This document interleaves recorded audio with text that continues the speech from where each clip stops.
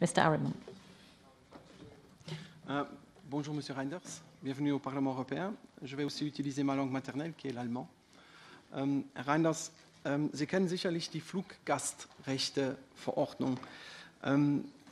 Sie kennen sie wahrscheinlich, weil auch viele Konsumenten, viele Verbraucher in Europa sie kennen. Und das aus einem Grund: Diese Verordnung ist einfach zu verstehen, weil sie in allen 28 Mitgliedstaaten gleich ist. Ich habe in den letzten 3 Jahren versucht, die Regeln für Garantiefristen für defekte Produkte in Europa zu vereinheitlichen. Mein Ziel war es, dass wir in der gesamten EU uns auf eine einzige Frist einigen, um eben zu vermeiden, dass Verbraucher und Händler sich mit 40 verschiedenen Rechtssituationen in Europa rumschlagen müssen. Das können eigentlich nur große Konzerne, das kann nicht der 10-Mann-Betrieb und das kann auch nicht der Verbraucher, der kein Jurastudium abgeschlossen hat. Es geht darum, den Binnenmarkt einfach zu verstehen und überall gleich zu machen. Daher meine Frage: Teilen Sie meine Meinung, dass wir die Regeln des Binnenmarktes, was den Verbraucherschutz angeht, einfach zu verstehen machen und überall gleich machen? Das heißt, sind Sie meiner Meinung, dass wir in all diesen Regeln des Verbraucherschutzes voll harmonisierte Regeln machen sollten? L'objectif doit être celui-là. Donc je partage tout à fait, ma réponse est oui, la volonté d'aller vers une harmonisation, surtout sur des mécanismes, quand vous parlez de garantie, auxquels peuvent être confrontés des consommateurs en s'adressant parfois à des opérateurs de différents États membres et avec une difficulté majeure. Je crois simplement que dans ce domaine, ça doit être la règle de tenter d'arriver d'une certaine façon à une harmonisation maximale de protection des consommateurs. C'est ce qui a été fait dans plusieurs textes ces derniers temps, d'avoir une logique de protection à travers une harmonisation maximale. Ça n'empêche évidemment pas qu'il faut pouvoir regarder aussi au cas par cas. Il y a des situations dans lesquelles, mais c'est peut-être moins le cas dans l'exemple que vous prenez, il faut permettre aussi à certains États membres parfois d'aller plus loin dans les mesures de protection. Je pense surtout lorsqu'il y a des consommateurs vulnérables. Et on y a été attentif, je crois, dans l'actuelle Commission à l'égard d'un certain nombre de domaines. Mais je voudrais aussi utiliser cette question sur des compagnies aériennes, d'une certaine façon, parce que c'est le droit des passagers. Nous venons et nous vivons pour l'instant une situation très compliquée à travers la faillite d'une agence de voyage.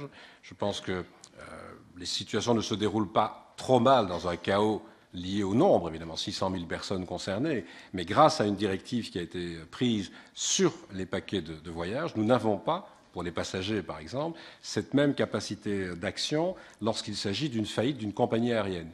Je pense qu'il y a un travail à mener là aussi pour que l'on ait à l'échelle européenne aussi des droits garantis, si possible avec l'harmonisation maximale, pour les passagers, comme vous le disiez, mais non plus dans ce cas-ci en fonction des situations que l'on a vécues dans le passé, mais d'une comparaison avec ce qui s'est passé pour une agence de voyage, Thomas Cook pour ne pas la citer, lorsqu'il y a des faillites. Or, je constate régulièrement que l'on annonce la faillite d'une compagnie aérienne. Alors, je sais qu'il y aura déjà demain des travaux sur le sujet concernant ces compagnies aériennes, mais je réponds très, très positivement à votre question. Je crois que l'on doit aller dans ce sens d'harmonisation, en restant attentif à certaines situations particulières, notamment pour des consommateurs vulnérables où des États veulent parfois aller plus loin encore dans la protection.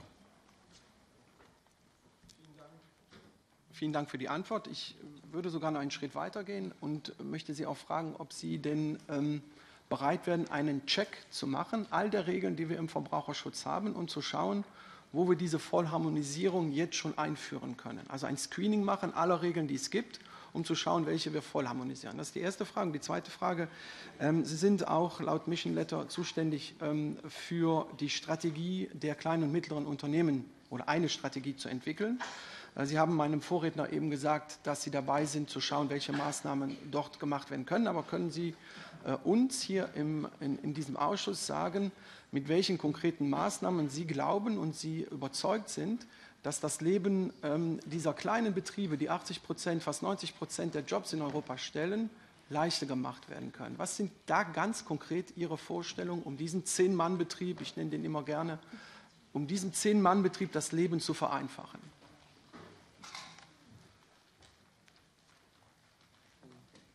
Pour répondre aux deux questions, la première, c'est oui, je crois qu'on doit pouvoir faire cette évaluation, mais en respectant ce que je vous disais dans ma réponse à votre première question.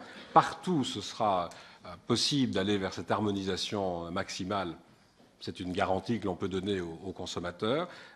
Il y a peut-être quelques cas où même une vérification montrera qu'il faut quand même laisser une marge à des États membres qui veulent aller plus loin. Donc je crois que l'évaluation est très intéressante si l'on peut effectivement identifier des éléments concrets. Concernant les petites et moyennes entreprises, je prendrai un exemple, j'ai parlé tout à l'heure du règlement général sur la protection des données, mais on entre dans une voie de digitalisation de plus en plus forte. Dans les réglementations et les législations que nous allons devoir prendre sur ce monde digital, je crois qu'on va devoir être de plus en plus attentif à la capacité pour les petites et moyennes entreprises de se faire leur place dans ce monde digital sans subir nécessairement dans la même ampleur les règles que l'on impose à l'ensemble des acteurs. Et je le répète, dans le règlement général, c'est déjà le cas. Il y a des dispositions spécifiques. On va devoir y être attentif dans les mesures que nous prendrons quand on va s'attaquer à toute une série de législations autour de l'intelligence artificielle en particulier.